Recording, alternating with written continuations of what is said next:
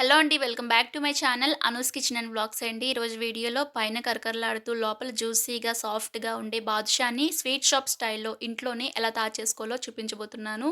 చెప్పాలంటే బయట వాటికన్నా కూడా ఇవి ఇంకా బావుంటాయన్నమాట. మరింక లేట్ చేయకుండా ఈ బాదుషాని ఎలా తయారు చేసుకోవాలో వీడియోలోకెళ్ళి చూసేద్దాం రండి. వీటి కోసం ముందుగా ఒక బౌల్‌లోనికి 2 కప్పుల వరకు మైదా పిండి తీసుకోవాలి. మీరు కావాలంటే గోధుమ పిండితో కూడా ఈ బాదుషాని చేసుకోవచ్చనమాట. అలాగే ఇందులో ఒక పావు టీ స్పూన్ వంట సోడాని, ఒక 2 టీ స్పూన్ల వరకు నెయ్యిని వేసుకోవాలి. అలాగే ఒక చిటికెడు వరకు సాల్ట్ వేసుకోవడం వల్ల స్వీట్ తినేటప్పుడు కొంచెం ఎగటుగా లేకుండా ఉంటుందనమాట. ఇప్పుడు వీటన్నిటిని కూడా ఇలా మిక్స్ చేసుకోవాలనమాట. నెయ్యి అంతా కూడా పట్టేటట్టుగా ఈ విధంగా కలుపుకోవాలి. ఇలా కలిపేసుకున్న తర్వాత కొద్దిగా ఈ విధంగా పిండిని తీసుకుంటే గనక ఇలా ముద్దలాగా రావాలి. ఇలా ఒకవేళ రాకపోతే ఇంకొద్దిగా నెయ్యిని వేసి కలుపుకోవాలి. అలాగే ఇందులోనికి కొద్ది కొద్దిగా వాటర్‌ని వేసుకుంటూ పిండిని మరీ ఎక్కువగా ప్రెస్ చేయకుండా ఈ విధంగా కలుపుకోవాలనమాట. పిండిని మరీ గట్టిగా ప్రెస్ చేస్తూ కలపకుండా ఇలా పైపైన కలుపుకోవాలనమాట. పిండి కూడా ఇలా సాఫ్ట్‌గా ఉండాలి. ఇలా కలిపేసుకున్న తర్వాత ఒక 10 నిమిషాల పాటు పక్కన పెట్టుకోవాలి. ఇప్పుడు స్టవ్ మీద ఒక గిన్నె పెట్టుకొని అందులోనికి 2 కప్పుల వరకు పంచదార వేసుకోవాలి. 2 కప్పుల మైదా పిండికి 2 కప్పుల పంచదార అయితే కరెక్ట్‌గా సరిపోతుందండి. మీరు స్వీట్ ఎక్కువగా తినని వాళ్ళైతే 1:30 కప్పుల వరకు వేసుకున్నా కూడా బానే ఉంటుందనమాట.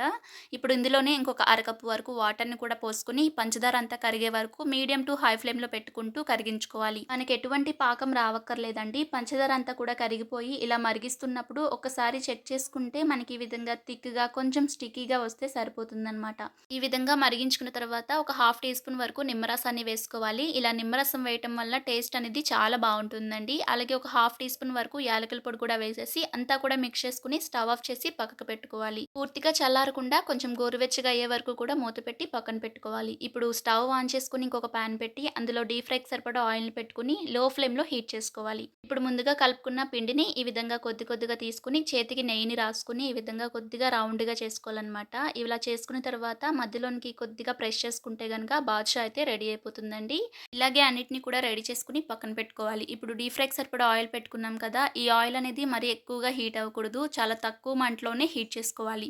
ఇలా తక్కువ హీట్‌లో ఉన్నప్పుడే వీటిని వేసుకోవాలి. ఇలా వేసిన తర్వాత లో టు మీడియం ఫ్లేమ్‌లో పెట్టుకుంటూ వీటిని ఫ్రై చేసుకోవాలి. హై ఫ్లేమ్‌లో పెట్టి వేయించామంటే లోపల మైదా పిండి వేగదనమాట.